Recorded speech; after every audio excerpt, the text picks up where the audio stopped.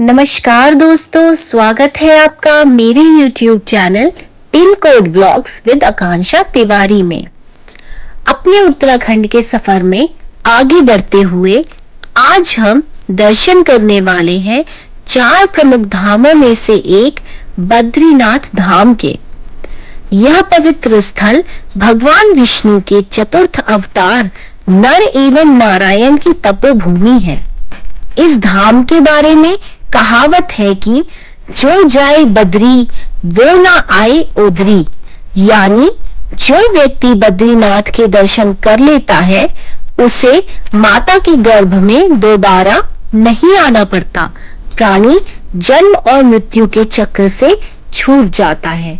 तो दोस्तों, बने रहिए मेरे साथ इस वीडियो में अंत तक और करते हैं बद्रीनाथ धाम के दर्शन और उनका आशीर्वाद साथ में प्राप्त करते हैं। सारी जानकारियों के लिए वीडियो पूरा देखें। आज के अपने अगले सफर में मैं आपको लेके आई हूँ बद्रीनाथ।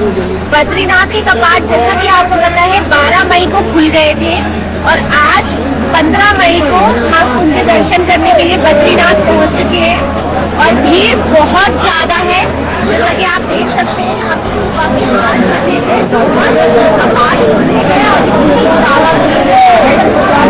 ये लाइन बहुत लंबी है। जहाँ से मंदिर का गेट स्टार्ट होता है वहाँ से ये लाइन शुरू हो चुकी है। हमने एकदम सुबह 6 बजे यहाँ आकर लाइन में लग गए थे।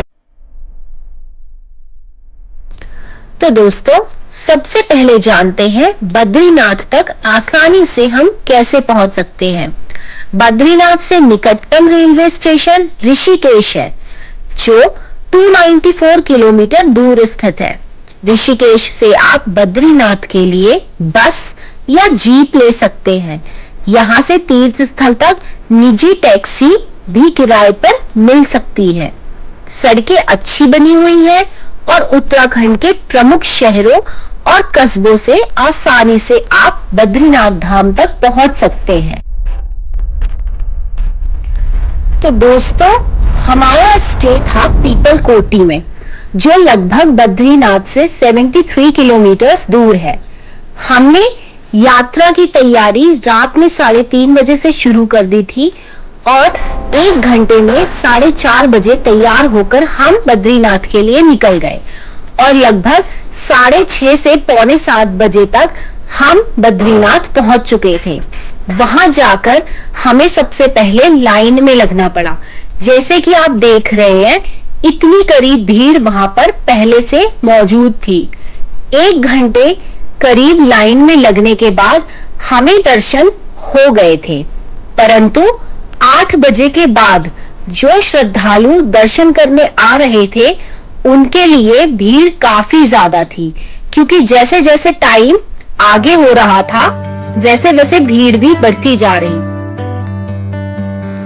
दोस्तों, मैं आपको यही सजेस्ट करूंगी कि आप एक रात पहले आकर पीपलकोटी या जोशीमठ में स्टे करें और सुबह जितनी जल्दी हो सके बद्रीनाथ धाम पहुंच जाएं, जिससे आप सुबह की आरती में भी सम्मिलित हो सकें। जोशीमठ और पीपलकोटी दोनों ही जगह स्टे करने के लिए बहुत अनुकूल है।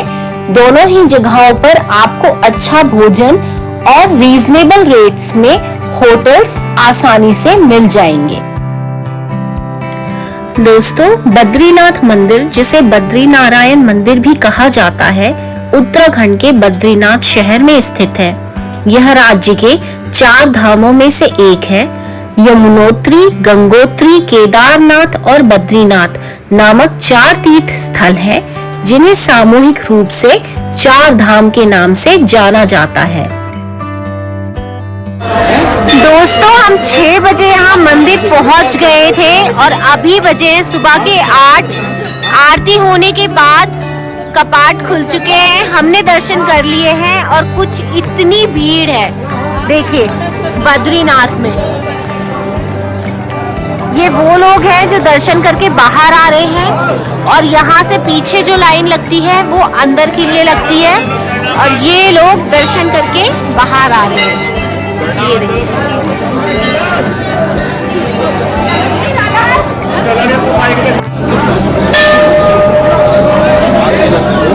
दोस्तों यहाँ जल्दी सुबह आने का फायदा ये होता है कि अब भीड़ बढ़ती जा रही है। अब जो भीड़ है इसमें दर्शन करना धीरे धीरे मुश्किल होता जाएगा, लेकिन जिस समय हम पहुंचे थे और हमने दर्शन करे थे, हमें विदिन 1 आवर दर्शन हो गए। हम यहाँ सुबह 6 बजे पहुंच गए थे, 8 बजे हमने दर्शन कर लिए और दर्शन करने के बाद ये देखिए यहाँ से बद्रीनाथ का जो गेट स्टार्ट होता है वहाँ से भीड़ स्टार्ट हो चुकी है। तो अगर आप सुबह सुबह आए तो ज़्यादा अच्छा है, गर्म कपड़े लेके आए बहुत अच्छा है, सुबह यहाँ बहुत ठंडा होता है। तो चलिए दोस्तों, अब बात करते हैं मंदिर में आए हुए कुछ श्रद्धालुओं से जो विभिन्न स्थानों से आए हुए हैं और उन्हें बद्रीनाथ के दर्शन करके कैसी अनुभूति हुई, कैसा उनका एक्सपीरियंस रहा, जानते हैं। काफ़ी अच्छा लगा है। हम लोग इंदौर मध्य प्रदेश से आए हुए हैं, काफ़ी अच्छे दर्शन हुए हैं। जिस प्रकार से इंस्टाग्राम पर जो वीडियोस वायरल हो रहे हैं कि काफ़ी भगदड़ मच गई, सब कुछ भी नहीं है। यहाँ पर बहुत शांति से दर्शन हुए हैं। जय श्री राम। जय श्री राम। आपने जो यहाँ के बारे में हमें बताया, सारी चीज़ें आपने आगे से, इसलिए हमें और बहुत अच्छा लगा कि सारी चीज़ें आपने हमें बताई और हमें सब एक एक चीज़ों का पता चला। बहुत अच्छे हुए, बहुत सुकून से। तो एक बार जोर से सब लोग बोल देंगे, भगवान बद्रीनाथ की जय। दोस्तों, बद्रीनाथ मंदिर के चारों तरफ और भी विभिन्न मंदिर हैं जिनके दर्शन भी आप कर सकते हैं, जिनमें से मुख्य हैं तपकुंड, ब्रह्मा कपाल, नीलकंठ शिखर, माता मूर्ति मंदिर, चरण पादुका, शेष नेत्र आदि। इन सभी भगवानों के दर्शन भी आप मंदिर के चारों तरफ परिक्रमा लगाते हुए कर सकते हैं। बद्रीनाथ मंदिर से वैसे तो बहुत सारी कहानियां जुड़ी हुई हैं, परंतु उसमें से एक है जब माँ लक्ष्मी की नाराजगी खत्म हुई तो वह भगवान विष्णु को ढूंढते हुए बद्रीनाथ धाम आई। उस समय इस स्थान पर बद्री का वन यानी बेर फल का जंगल था। बद्री के वन में बैठकर भगवान विष्णु ने तपस्या की थी, इसीलिए माँ लक्ष्मी ने भगवान विष्णु को बद्रीनाथ नाम दिया। 2 पर्वतों के बीच बसा है यह बद्रीनाथ धाम।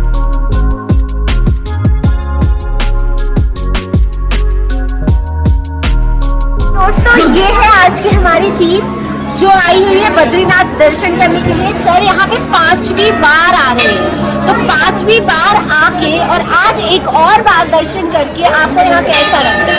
First of all, thank you to introduce me, and I will tell you when I come 5th time to actually come.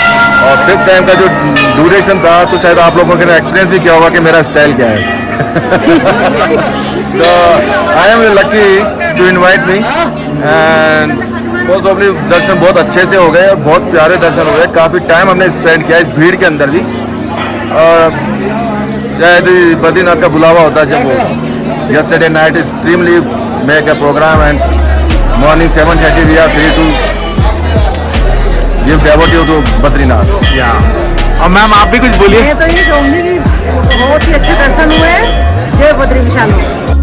दोस्तों, बद्रीनाथ मंदिर के कपाट 12 मई 2024 को सुबह 6 बजे तीर्थ यात्रियों के लिए खोल दिए गए थे और मंदिर के कपाट भाई दूज के तुरंत बाद बंद हो जाएंगे। इसी समय के बीच में आपको बद्रीनाथ धाम आकर बद्रीनाथ जी का आशीर्वाद प्राप्त करना चाहिए और उनके दर्शन जरूर करने चाहिए।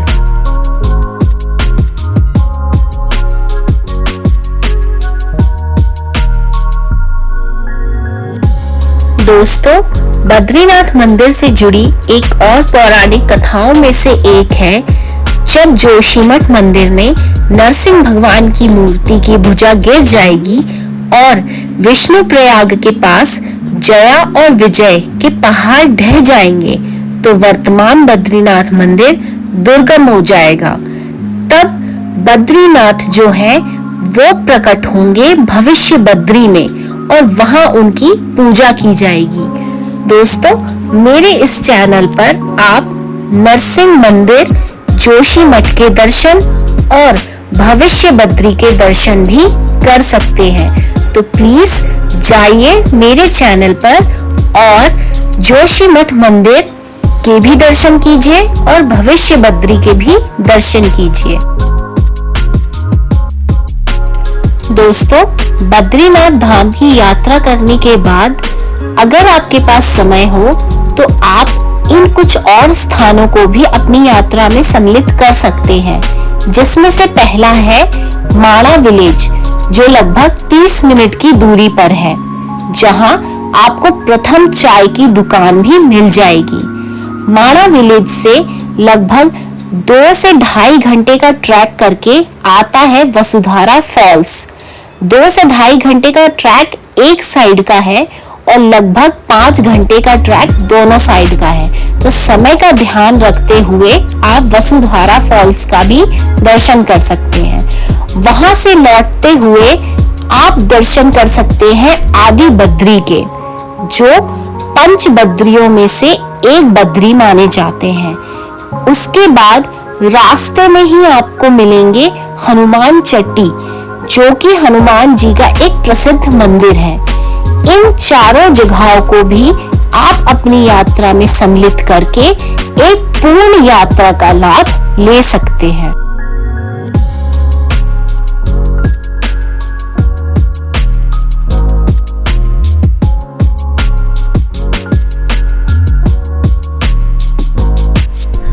तो दोस्तों, ये है बद्रीनाथ धाम के बाहर लगा हुआ छोटा सा मार्केट। यहाँ से आप बद्रीनाथ जी के आशीर्वाद के रूप में विभिन्न प्रसिद्ध चीजें अपने घर ले जा सकते हैं, जैसे शालिग्राम शिला, धार्मिक पुस्तकें, हाथ से बुने शॉल और ऊनी सामान, आयुर्वेदिक वस्तुएं, यंत्र, सिक्के, रंगीन माला, कंगन, धातु की मूर्तियां, फोटो फ्रेम्स और पेंटिंग, रुद्राक्ष की माला, टिंकेट आदि यहाँ पर बहुत प्रसिद्ध है।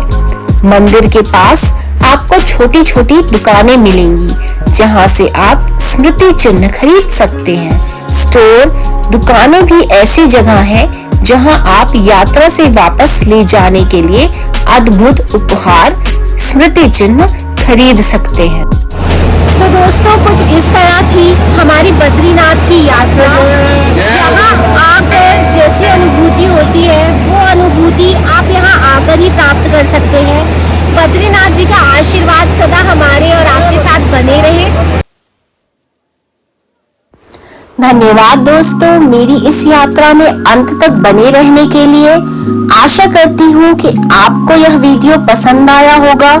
तो प्लीज मेरे चैनल को सब्सक्राइब करें, वीडियो को लाइक करें और शेयर करें अपने दोस्तों और अपने परिवार के लोगों के साथ, ताकि वो भी इस यात्रा में जुड़ सके और भगवान बद्रीनाथ के दर्शन और आशीर्वाद प्राप्त कर सके।